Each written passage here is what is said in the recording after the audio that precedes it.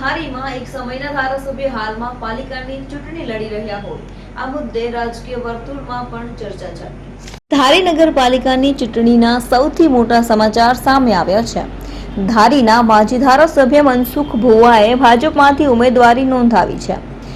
ધારી નગરપાલિકાની ચૂંટણીમાં ward number 3 માંથી માજી ધારાસભ્ય મનસુખ ભુવા ચૂંટણી લડશે।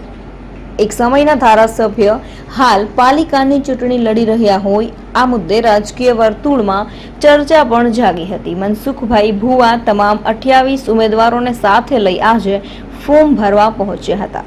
મનસુખભાઈ ભુવાએ ઉમેદવારી ફોર્મ રજૂ કરી જીતનો વિશ્વાસ વ્યક્ત કરતા જણાવ્યું હતું કે ધારી નગરપાલિકાની ચૂંટણીમાં ટિકિટ ફાળવણીમાં કોઈ અસંતોષ નથી। ધારી નગરપાલિકાની ચૂંટણીમાં ભારતીય જનતા પાર્ટીની જ જીત થશે। નગરપાલિકા વોર્ડ નંબર 3 માંથી મેં ફોર્મ ભર્યું છે। ભારતીય જનતા પાર્ટી તરફથી અમારે આ 7 વોર્ડમાં 28 ઉમેદવારોની યાદી લઈ અને આજે અમે ફોર્મ ભરવા આવ્યા છે। કેવી આશા?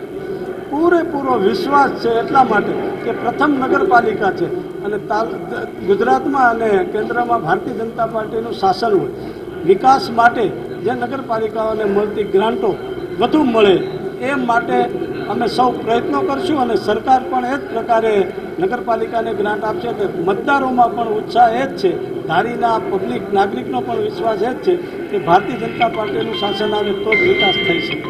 જૂના કાર્યકર્તા હોદ્દેદારો જેને અમુકને ટિકિટ નથી મળી જેનાથી અસંતોષ ખૂબ વ્યાપી ગયો જેવું પણ જોવા મળ્યું છે, વિડીયો પણ વાયરલ કરી રહ્યા છે। એવો અસંતોષ નથી એટલા માટે કે 3 જણાએ માગી હોય તો એકને જ ટિકિટ મળવાની છે કે એમાં પાર્ટીના કાર્યકર્તાઓ છે તો એમને ક્યાંય સંગઠનમાં કે બીજા ઉપર એમને સમાવેશ કરી અને એને અસંતોષ જેવું કંઈ છે જ નહીં, પણ પ્રથમ પાર એવું પડતું હોય કે અસંતોષ છે, એટલો અસંતોષ નથી।